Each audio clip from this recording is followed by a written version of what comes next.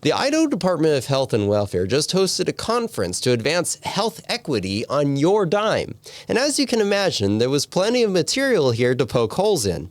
This even featured everything from speakers announcing their pronouns to guarantee inclusive presentations, adult coloring pages for attendees, and of course, the buzzword equity sprinkled throughout every presentation. It was everything you would expect from a new generation of public health professionals that are the product of America's woke university system. But there is one underlying theme that should concern all Idahoans. Government programs are the only solution to Idaho's problems, and we need more. This is a common disease of bureaucrats, and not only is it a philosophy that imposes severe costs on the taxpayer, but it has the potential to do more harm than good.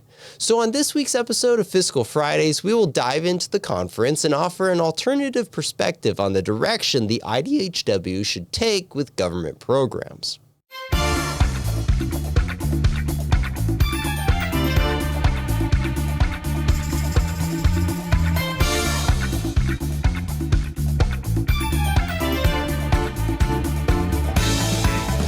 So what did they do at this taxpayer-funded conference? The theme of the whole event rested on the concept of health equity. The more than 50 keynotes, breakout sessions, and workshops were geared toward designing government programs to address disparities among marginalized groups. I would be remiss to say it wasn't educational. I learned about countless government programs that Idaho funds to deal with this group or that issue. As an example, let's look at the Marsing Wellbeing Initiative. This program administered a survey to Marsing public school students called the Idaho Student Wellbeing Assessment. They learned through administering the survey that they needed to create a new government program that will, quote, help kids be nice to each other. Because, as it turns out, when kids are mean to each other, they get sad. Never mind the fact that this is a moral problem that is probably something that should be accomplished by churches or better parenting, not the government. Throughout the conference, the theme was that Idaho is leading the way with these new government programs, but we still face challenges. It turns out that these programs were promised to make a difference, but didn't.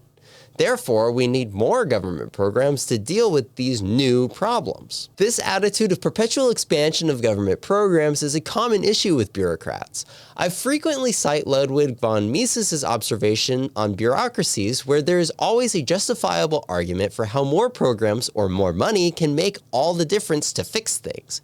Like any good conservative would observe, this is why you need to carefully define the government's behavior and force it to adhere to those limits. What happens when you don't have those limits? Well, you end up with programs like the federally funded Get Healthy Idaho initiative. It turns out that anything can be tied to a loose concept of health. So, under this program, the department has taken up the new skill of trail maintenance and construction in Elmore County. The department is spending millions to create trails and adding markers and signs to existing ones. Why? Because walking outside is healthy, of course. But what the department forgets is that it is also free. This mission creep starts to encroach on the roles of other existing government agencies in the Idaho Department of Parks and Recreation and the Department of Lands. It also has the effect of distracting the agency from its true mission and dilutes the effectiveness on issues where it is supposed to be working. Overall, the Idaho Health Priorities Conference revealed one thing. Many of these programs are misplaced. This is very costly to the taxpayer as the agency continually runs around trying to put out fires that, in some cases, are government created. There needs to be a culture shift in the department, not just away from woke pandering, but also in the way of how the department perceives its role. The bureaucrats need to stop looking at the program enrollees as customers, where the goal is to only gain more. Rather, there needs to be a vision for getting people off programs and self-sufficient as quickly as possible. The department should narrow its focus and stop working in programs it has no business being in. There should be more transparency too. The public should know how many entitlement programs Idaho has and what we are spending on them. No such transparency exists today. Not long from now, the department will have a new director, Alex Adams. He is known for deregulating markets as he headed the Board of Pharmacy. If he transfers these same concepts to the IDHW, it could be just what the doctor ordered for treating the bureaucratic disease.